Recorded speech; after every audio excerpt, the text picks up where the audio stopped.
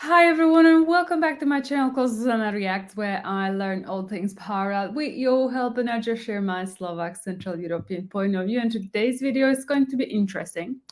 It's about the UCC. Currently, I realize that it is a big thing happening over in India. And I wanted to explore it with you. And I'm very, very curious about your thoughts at the end of the video as to what you guys are thinking on that topic. It feels like it's something pretty big, and I'm very, very excited to learn what actually is happening over there. So before we get into the video, Please like this video and click on the subscribe button and turn on the notification. Thank you so much for your support. okay, so let's hit it. I'm actually all ears and I'm so curious about your opinions on this one. Some things are best when uniform, like laws, for example. That's the big debate unfolding in India as we speak. The state government of Uttarakhand tabled a bill today, the UCC bill. That's the Uniform Civil Code. And what does it do? It aims to create uniform personal laws in the state, like when you marry or get a divorce or inherit parental wealth.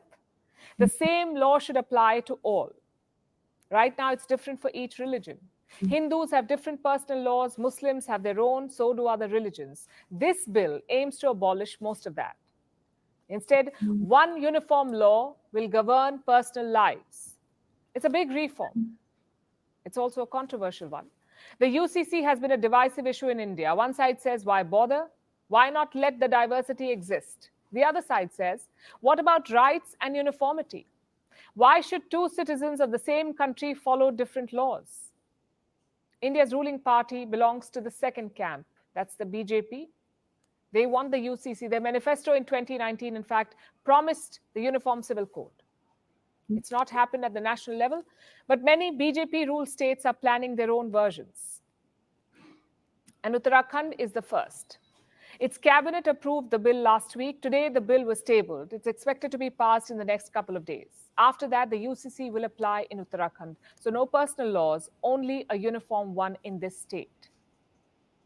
Now, why is this important? A, because it has never happened before. No Indian state has implemented the UCC since independence. One state, Goa, already has it, but Goa's UCC dates back to Portuguese rule. So it's unprecedented in independent India. And B, it's a template for the future. States like Gujarat and Assam are watching closely. Their UCC could be similar to this one. So let's look at Uttarakhand's bill. What's good, what's okay, and what is not acceptable. For starters, tribal groups are excluded. UCC provisions will not apply to members of scheduled tribes. Secondly, polygamy has been banned, meaning you can take only one spouse.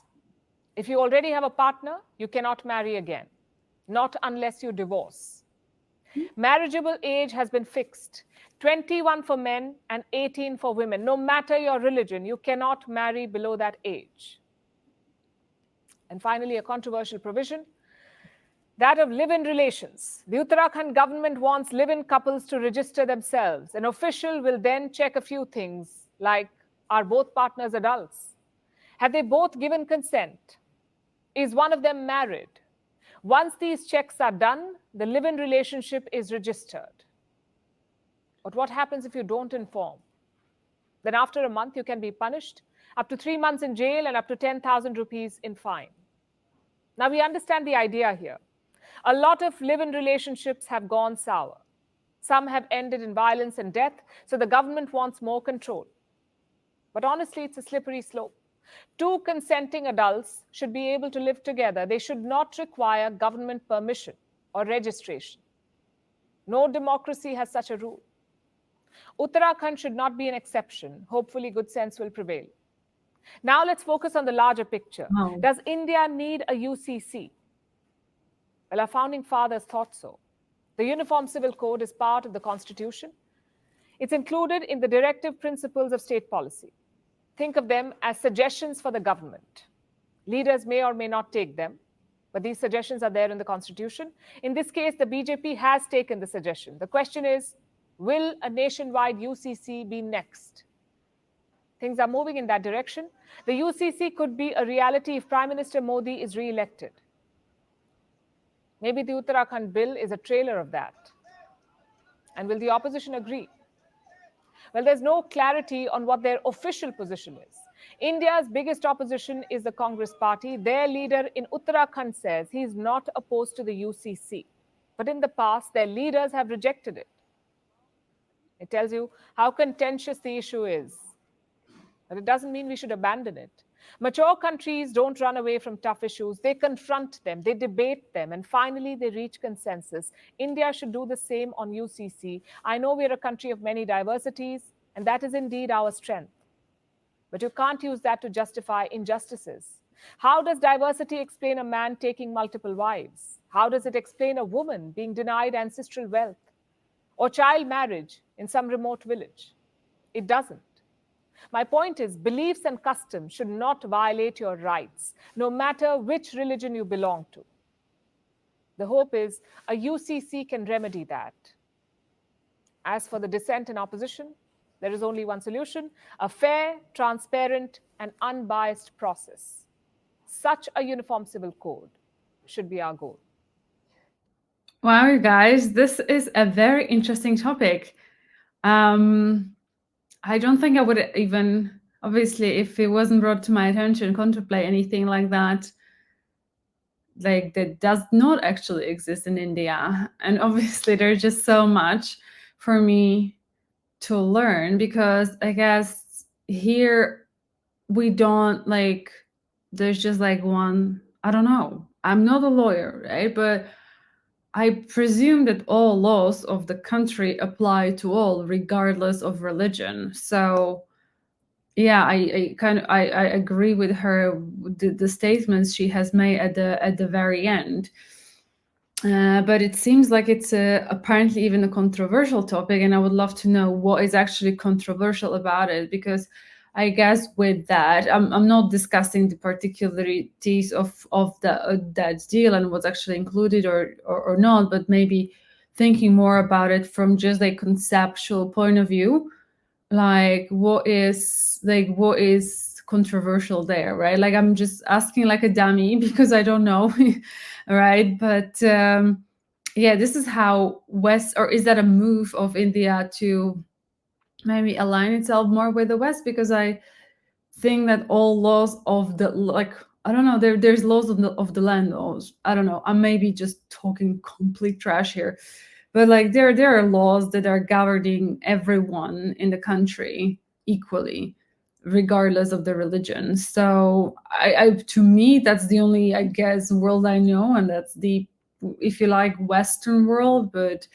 it's actually surprising for me to find out that the different religions have different laws, and that's kind of how it works in India. It to me, I guess, to have that, it should improve uniformity. It's just, I guess, it's just an overall better governance of the country.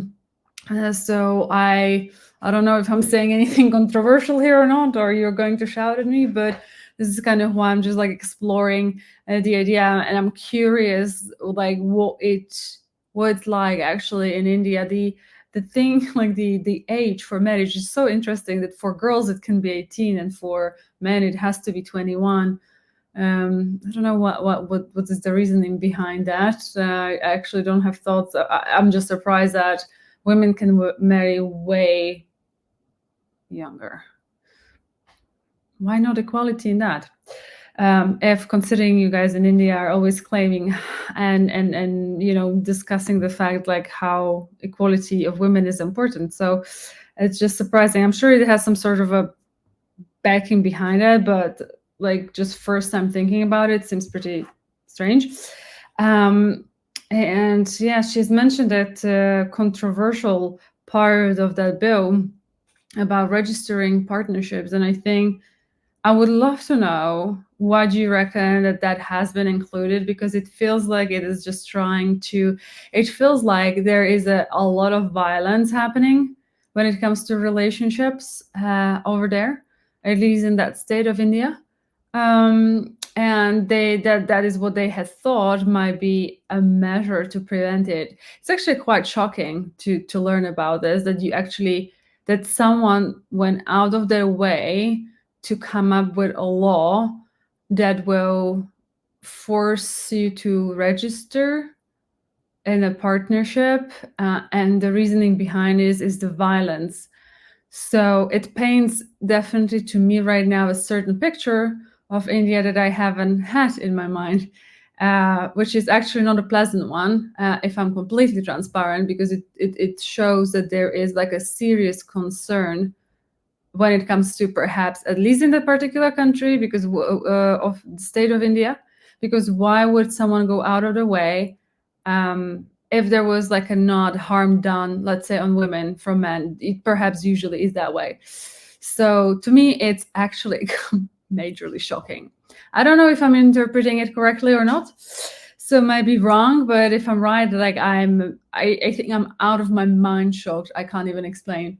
But again, I really don't know, obviously know about the socio-economical cultural context over there, and if what I'm saying is actually relevant or completely misinterpreted. So I would just love to know your point of view on this, and love to know what you think about that bill, if you're pro and against, and what is the reasoning.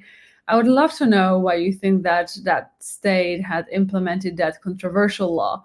I would love to know your take on that, because it actually really concerns me as to being a reflection of actually what's happening in India. So with that being said, thank you so much for watching this video. If you did enjoy, please give a thumbs up, share, like, and subscribe to this channel, and I'll see you next one. Until then, please do take care. I'm sending much love. Bye-bye.